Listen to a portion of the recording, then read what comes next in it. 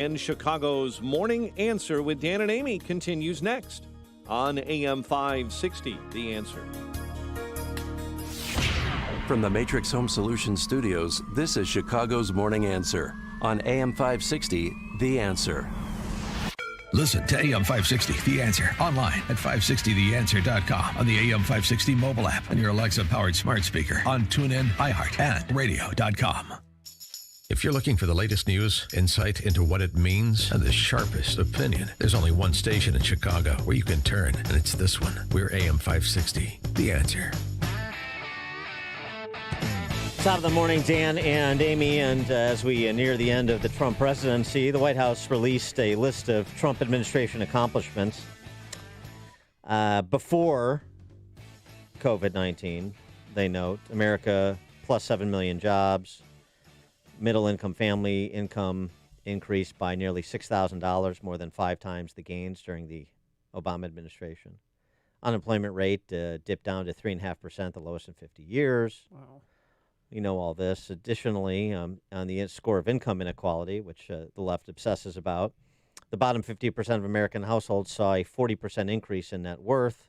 Wages rose fastest for low-income and blue-collar workers, 16% pay increase. Black American home ownership increased from 41.7% to 46.4%. But, of course, that was all pre-pandemic and undid so much of what had been happening in his first 3 years, didn't he? You can provide the explanation, the rationalization, why he was compelled to do what he did to go along with it for as long as he did. But the results are the results, and the decisions were the decisions. And for a future president to be faced with the same challenge and the same pressures and the same charlatans, there have to be lessons to be learned from what's transpired, aren't there? To help us with that question, we're pleased to be joined by John Tamny, editor of RealClearMarket's.com, director of the Center for Economic Freedom at FreedomWorks, and author of The End of Work, Why Your Passion Can Become Your Job. John, thanks for joining us again. Appreciate it. Hey, thanks for having me on. So how do you assess the Trump administration, his record on all things economics related? Do you look at it as 3 years and then the last year, or do we assess it over the course of the last 4 years and draw some overarching conclusions? Yeah, no, I think you have to say that it was a fairly successful presidency economically. Obviously, I have problems with the stuff on immigration and trade, but I think if you looked at his overall record and said, oh, this was Rand Paul's, I think a lot of, when you look at ending a lot of the forward adventurism, lowering taxes, they didn't reduce taxes nearly enough. They kept them too high and, in fact, raised them on the rich. All the deregulation, handing over judicial appointments to the federal society. These are things that libertarians have wanted forever, so you can make a strong argument for him. But as you allude, he panicked. It's as simple as that. And let's be clear, these are 50 autonomous states. I understand that. But let's try a brief counterfactual. What if Trump had said there is no way the nation I lead is going to fight a virus with economic contraction? And so while states are free to do as they wish, I will campaign daily in every state that has taken away the right of its citizens to work and produce and businesses to open. And this will be paid for in November of 2020. I think he's still president today.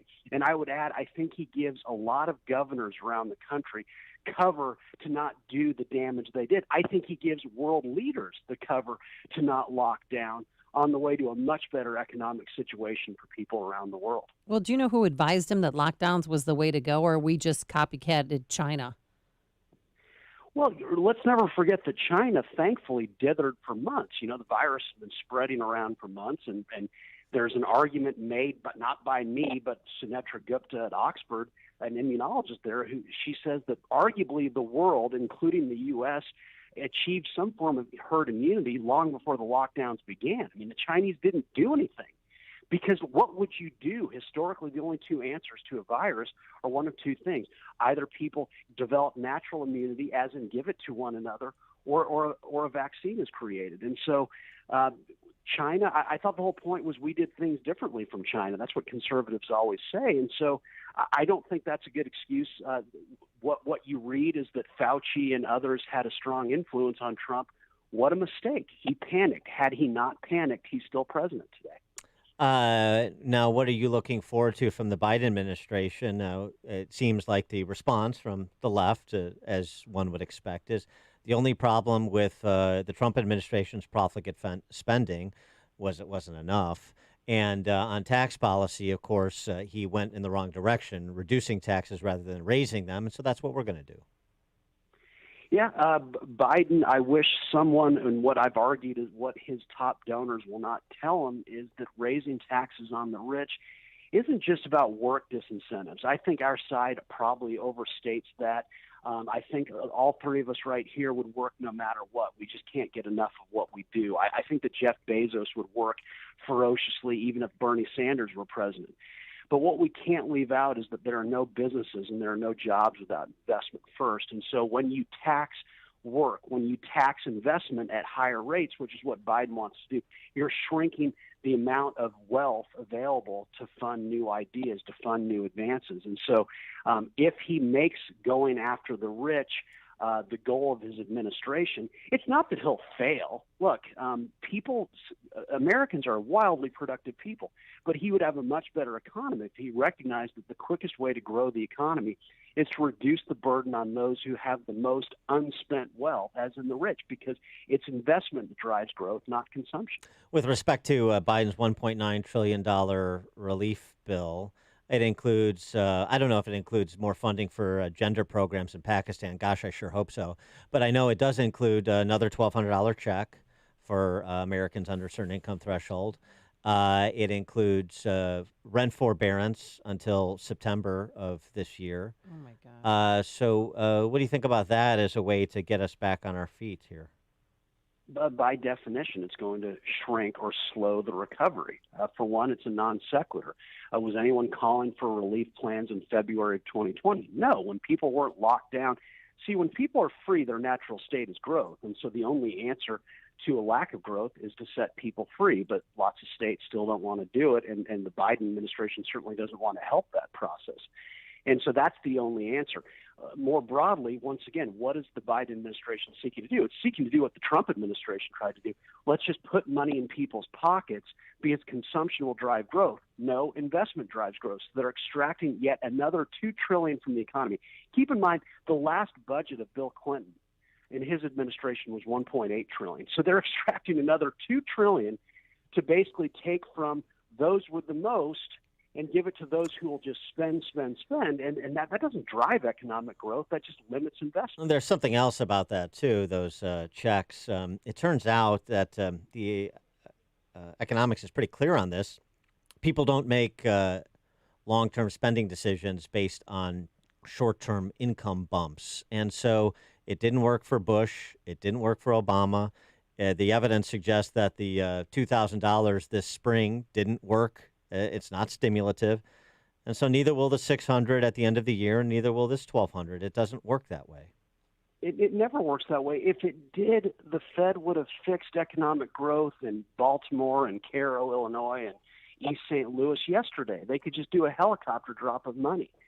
What drives economic growth is people. And people do best when they're taxed and regulated the least, when they're free to trade with anyone, regardless of what country they're from, when they have a currency they can trust, and when investment is plentiful. And so people matched with capital drive economic growth, and yet the Biden administration's plan is to tax those with the most capable of investing, and also tax the most productive. Well, you don't get more growth by penalizing those with the ability to grow the most. Well, what would your if you're a millionaire living in New York, California, Chicago, what is your tax bracket going to be, and how much money are you going to give to the government? Well, you ask a very interesting question, and this is where I come out on the other side of our side. You could make an argument. Don't shut the phone off me. That people in New York, California, and Illinois might actually get a tax break under Biden. I always thought the biggest mistake of the Trump tax cuts was he got rid of the state and local tax deduction. Let me explain. I think that should be a credit. I thought we were all federalists. I thought the idea was that we wanted to encourage most spending, most governmental activity locally. And so it strikes me that the obvious point from Republicans should be, hey, states, hey, Texas, hey, California, hey, New York, hey, Illinois, you do all that. And to the extent that you handle all the stuff that people, all the government that people want, it's going to be a tax credit against what you hand over to the federal government. And so there's an argument that at least the richest in the states you described may get a tax cut. And so that may be one reason why the Biden tax plan won't be as negative as it otherwise could be. Overall, though, in terms of the broad strokes of what was included in his platform, some of the moves that are already being telegraphed by House and Senate Democrats, Socialists, at a time when we're 9 million jobs down from where employment was a year ago. I mean, can we have a quote-unquote jobless recovery or something approximating that? Can we see growth when you have a patchwork of states in this country still effectively shut down, including some of the big ones in the big major metropolitan areas? Well, it's going to be hard to grow now, but let's be clear. Once these lockdowns end, and what's ridiculous can't last forever, the growth is going to resume quickly. And so I think there will be a recovery. Let's also remember that even with the lawsuits, that basically the Senate's in a tie, it's the Democrats. It's going to be very difficult based on that for the Democrats to do too much, and that's Biden advantage. You can't make big policy gestures that wreck the economy 50-50 when you lost 14 seats in the House, when the Republicans flipped 14 seats in the House. And so you could make an argument, a fairly bold argument, that we're going to have a fair amount of gridlock no matter what, is going to be good for growth. The less that Washington does, it's just kind of a statement of the obvious. When policy risk for Washington is lower, the ability of people to produce and invest and work is much greater. He is John Tamny, editor